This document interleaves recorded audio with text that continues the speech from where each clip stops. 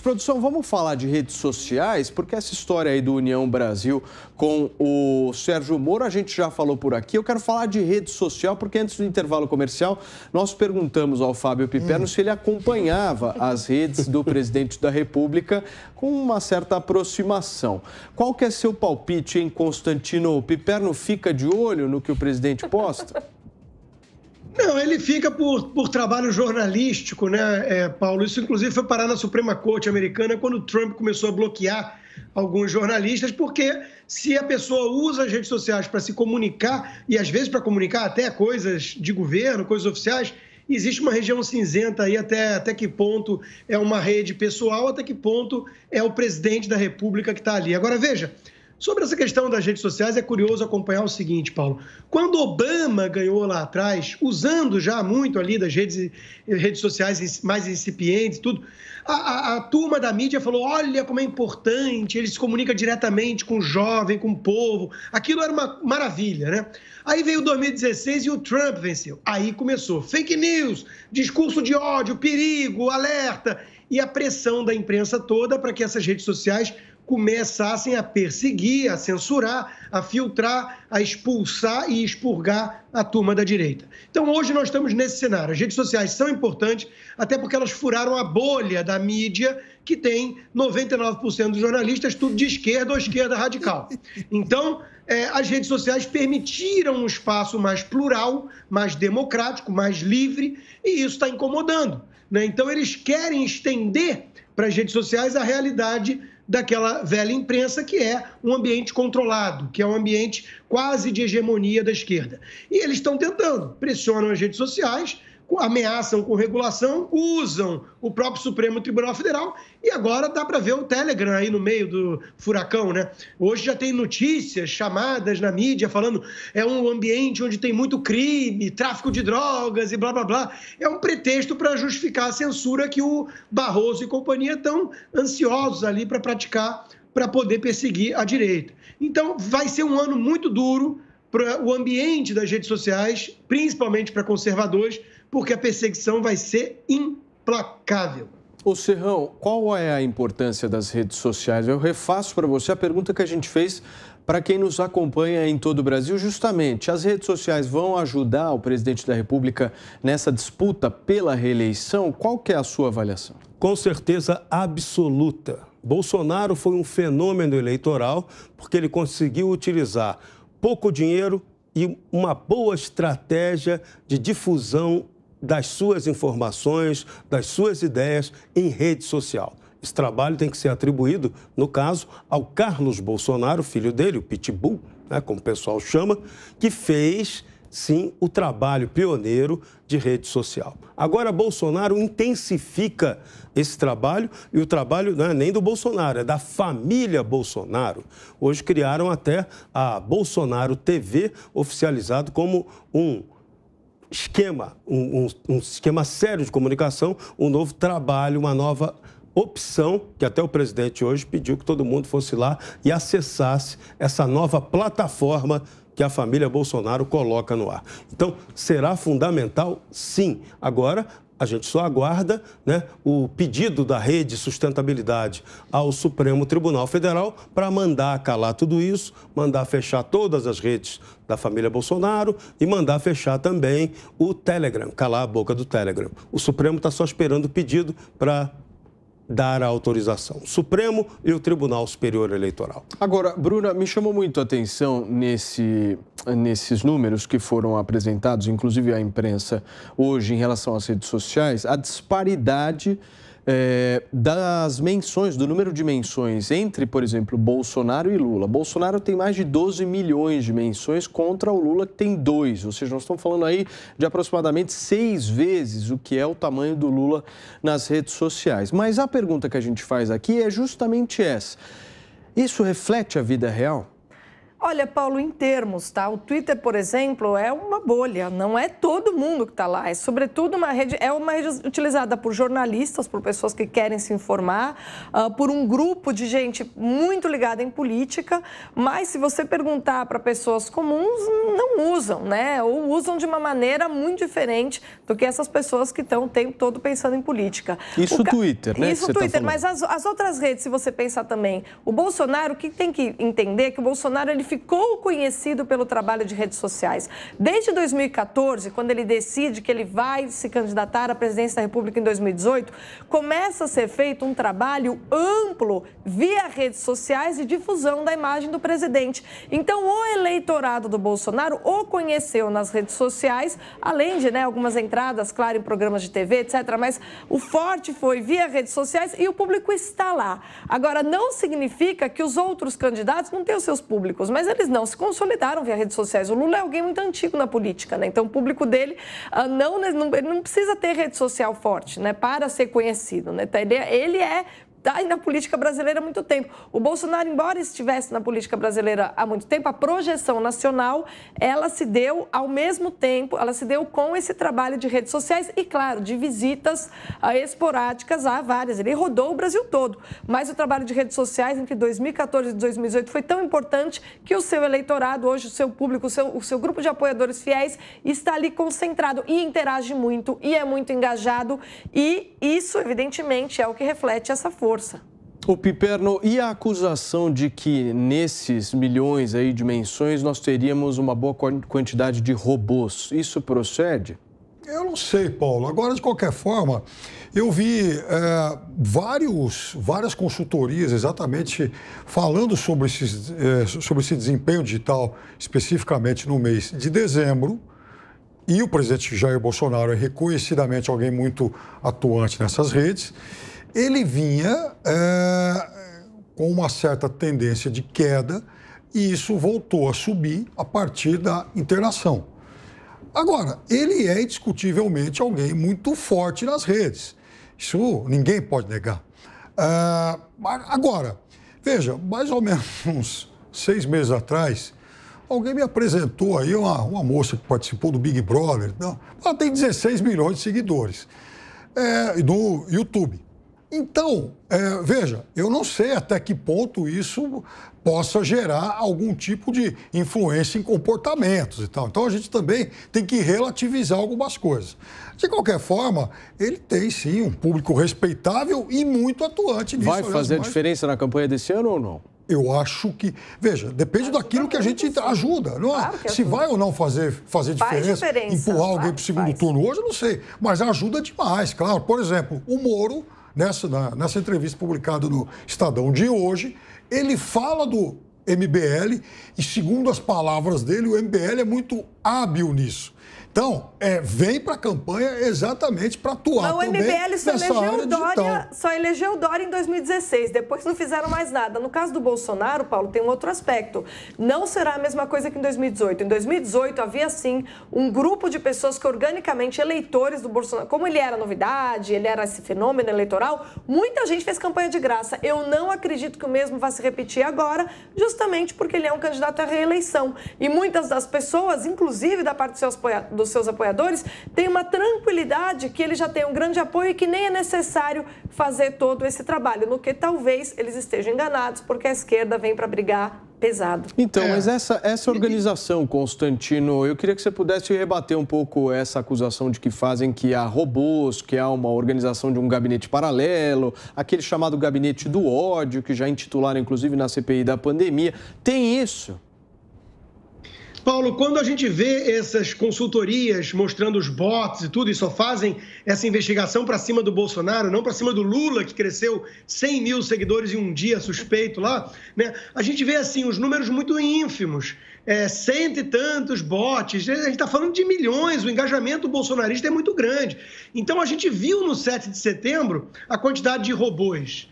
São robôs muito parecidos com seres humanos, né? Então, assim, óbvio que isso tudo é narrativa, Paulo. Agora, a melhor forma de responder se vai ou não ter influência é a reação dos adversários. Olha o que está fazendo o próprio STF e a imprensa aplaudindo. Já estão requentando a CPI das fake news lá, que era obra do Luciano Ayan, do MBL, junto com Frota e Joyce Hasselmann. Por quê? Porque sabem que o Bolsonaro é forte nas redes sociais e que isso faz diferença. Então estão tentando perseguir, calar, intimidar e por aí vai, censurar. Então é óbvio que faz diferença. Eles estão reagindo, não é à toa. Fala, Piperno.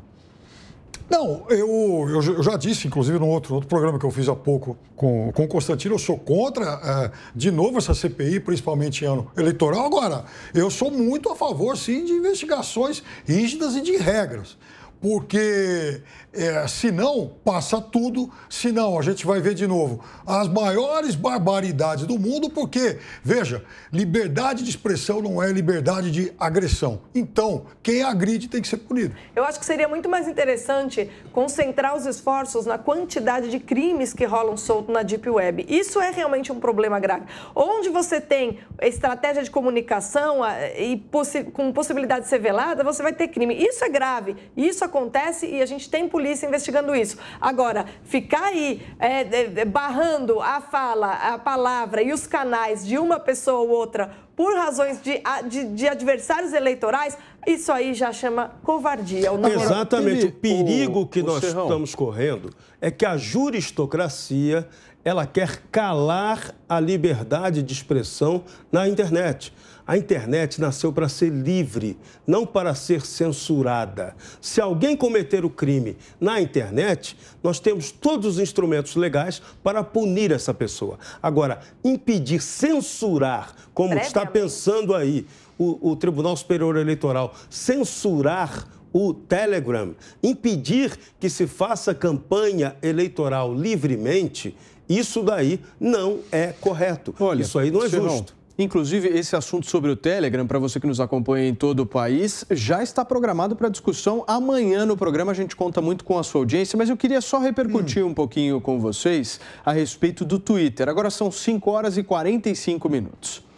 Falando um pouquinho de Twitter, teve um episódio nos últimos dias que me chamou bastante atenção, eu queria uma avaliação de vocês, porque agora nós temos um novo botão, né, Constantino? É o botão de alerta de fake news. O Twitter já se pronunciou dizendo que a quantidade de pessoas, enfim, que forem fazer a denúncia e apertar o botão não vai valer para a questão aí de análise de mérito se é ou não é fake news, mas a gente vai incorrer naquela velha discussão que nós já fizemos aqui no programa algumas vezes e que a gente não consegue sair do lugar, a sociedade não consegue sair do lugar, que é quem vai canetar e dizer se é fake news ou se não é fake news. Como é que vocês viram esse novo botão aí que está repercutindo bastante? Pois é, Paulo, péssima decisão, né, da rede social. O Twitter é a cracolândia, né, das redes sociais. E vai de tudo ali, né? Xingamento, é treta o dia inteiro. Agora, esse botão, ele não serve para nada. Na verdade, ele é um instrumento que essa turminha patota, organizada e barulhenta dos canceladores vai tentar usar para fazer pressão numérica, pressão de engajamento. Eu sei disso porque é o modus operandi deles. Outro dia eles me marcaram e tem lá muito claro como é que eles operam. Tem método. Me marcaram e chamaram as principais contas para me denunciar, sendo que eu tinha colocado um dado oficial sobre questão de vacina e tudo mais. Então, eles tentam interditar o debate. Quem é que define o que é fake news ou não? É o Barroso, que acreditava que o Cesare Battisti era inocente e o João de Deus tinha poder transcendente? Então, isso tudo é uma coisa ridícula, é muito perigoso, né? Seria só ridículo se eles não estivessem tentando angariar poder para calar o debate, para fazer censura. Então, veja, eles não lidam muito bem com a liberdade e usam espantalhos. Não vamos aceitar alguém falando terraplanismo. Então, eles tratam questões legítimas, delicadas, polêmicas, como alguém defender terra plana ou então dizer que o Holocausto não aconteceu. Esse é o truque deles. Eles não querem debater de verdade porque eles perdem normalmente nos debates, eles não têm Então, argumento. Constantino, mas na avaliação de vocês não deve haver nenhum tipo de regulamentação, certo? Então, se a pessoa, por exemplo, vai lá e defenda o Holocausto ou fale, por exemplo, sei lá, que vacina mata, você acha que ela tem o direito de falar isso na rede social dela? Paulo, eu acho que tem direito até de falar que o Lula foi inocente. Tem direito até de mentir nesse nível. Ou seja, regulamentação zero. É isso que eu tô tentando só contra crime, né? Vai ter punição para quem... Crime, incitar a violência, tudo isso é crime já previsto no Código Penal. Agora, crime de espalhar fake news eu desconheço. Se algum ministro supremo me mostrar onde é que está isso no Código Penal, beleza, eu quero usar isso contra um monte de jornalista. Um monte. Fala, Piperno. Não, veja, se alguém fala, por exemplo, olha, Temos que invadir o TSE ou o STF se a gente perder a eleição. Crime. Se o sujeito fala... Mas qual é o crime isso?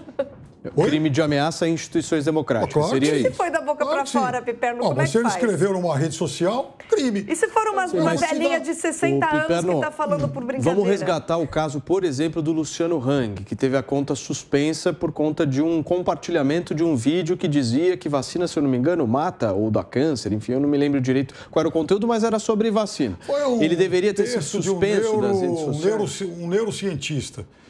Eu achei que, naquele caso, ele poderia ser processado por disseminar isso, mas não era, o suficiente. Parecido, por exemplo, com o que fez aí Eduardo Bolsonaro naquela história lá dos CDBs que a dona Marisa deixou para o Lula. Eram 26 mil. Mas ele compartilhou uma história... Ele é a Regina Duarte, que eram 256 milhões. Então, a Regina Duarte já, inclusive, fez lá uma reparação. O Lula não está contente, tal, quer algo mais. E o do Bolsonaro está correndo na justiça. Mas, então... Piperno, deixa eu te fazer uma pergunta. Porque essa coisa das redes sociais, pelo menos, eu acho que a gente incorre numa série de incoerências por parte das plataformas. Por exemplo, se a gente analisar o Twitter, queridos, o líder do Talibã está lá, firme e forte. Isso, pois é. Que fica essa história, mas ele cancela o Donald Trump. Pois é, esse é o ponto. São pesos e medidas, eu acho... complicados, Perfeito, Paulo. Esse é o ponto. Veja, Constantino deu um exemplo, né? Ele é a favor até que se defenda a inocência do Lula. Da mesma maneira, o que a gente vê no Twitter, não vamos permitir a propagação de mentiras, de falsidades. Bom, então você vai ter que cancelar todos os defensores do socialismo como melhor estratégia política de governo, porque a gente já sabe que não funciona há mais ou menos um século e as pessoas continuam defendendo. Agora, por que as pessoas defendem? Porque elas acreditam nisso, tá? E cabe na discussão as pessoas mostrarem os argumentos que mostram que talvez elas estejam erradas, que talvez não, né? Muitas vezes concretamente, provas concretas que estão erradas. Agora, se a gente for proibir esse tipo de coisa, o que a gente está proibindo é a liberdade de pensamento. Na liberdade de pensamento e na manifestação da liberdade de consciência, o erro existe porque o ser humano é imperfeito. Ponto final. Você querer impedir ou regulamentar a imperfeição humana é a coisa mais ridícula de que eu já tive notícia, Paulo. Falta transparência nas redes sociais? Falta transparência absoluta e nós aqui no Brasil, cuja Constituição garante a liberdade de expressão, temos que lutar para que nós tenhamos o direito de nos expressar livremente nos diferentes canais. Qualquer tentativa de censura é canalha e inconstitucional. A gente não pode permitir que o Supremo Tribunal Federal ou os consórcios de veículos de comunicação tradicionais digam o que é verdade ou o que é mentira. Não existe o Ministério da Verdade, a não ser no livro de George Orwell. Olha, Fala, Piperno. Eu queria dizer uma coisa, Paulo. Por exemplo, quando o sujeito da extrema-direita fala, olha, Hitler era de esquerda, ele é um mentiroso. Não. Mas eu não diria, Não, ele só estudou mais do que você sobre o assunto. Não, eu vou falar um negócio, Constantino. Ele é um mentiroso, mas é porque na sua concepção, todo mundo que não é bolsonarista é de esquerda. Nós já chegamos nessa conclusão. É porque o nacional-socialismo pregava... O nacional-socialismo tem características de esquerda. Me permita te fazer uma pergunta exatamente nessa linha. Você disse que quem diz, por exemplo, que Hitler é de esquerda é um mentiroso. Sim. Quem define se é mentiroso ou não? Não, ele é historicamente um mentiroso. Porque, mas quem definiu isso? Eu quero saber a instância, a pessoa que vai dizer é verdade ou é mentira. Não, mas isso não tem que ser definido, ele é só um mentiroso, ponto. Isso não é algo para ir para justiça, isso não está sob julgamento por processo legal, isso é só uma mentira histórica. Mas no botão do Twitter, é a mesma coisa que eu disser, por exemplo, Cuba tem um regime democrático. Não tem. Tanto Hitler é de direita e Cuba não tem um regime democrático, ponto. Piperno, a discussão sobre a postura ideológica do nacional-socialismo é tão mais complexa do que isso que você está falando, que a única coisa que eu posso falar nesse curto espaço de tempo é vai estudar um pouquinho, só isso. Isso, eu estudo e você não minta, Constantino, por favor. Eu não estou mentindo, esse tipo eu de te mostro a influência marxista quando você fala que o nazismo é de esquerda, isso é uma rotunda mentira. Isso tem registro. conservadores. Eu te mostro tudo isso. Isso é historiografia. Isso é historiografia. De autores de extrema-direita. Não, imagina. De maneira nenhuma. De estudiosos do marxismo que veem o fascismo como uma das vertentes do Piperno marxismo. faz da ignorância dele um dogma. Não, e você faz a sua mentira uma virtude, Constantino. Não é mentira, é uma mentira muito mais tenebrosa isso. Aliás, até uma mentira cafajeste isso. Mas, enfim, segue o jogo. Não. Não, cafajeste é uma acusação grave para alguém tão ignorante, Piperno. Pois é. Vai só estudar um pouquinho. Eu não vou colocar malícia na sua ignorância. Só estou te recomendando ler alguns bons livros sobre o nazismo. Você entender de onde veio o nazismo. E o fascismo de Mussolini, Gentili e companhia. Todos eles ex-marxistas. Todos marxistas. É verdade.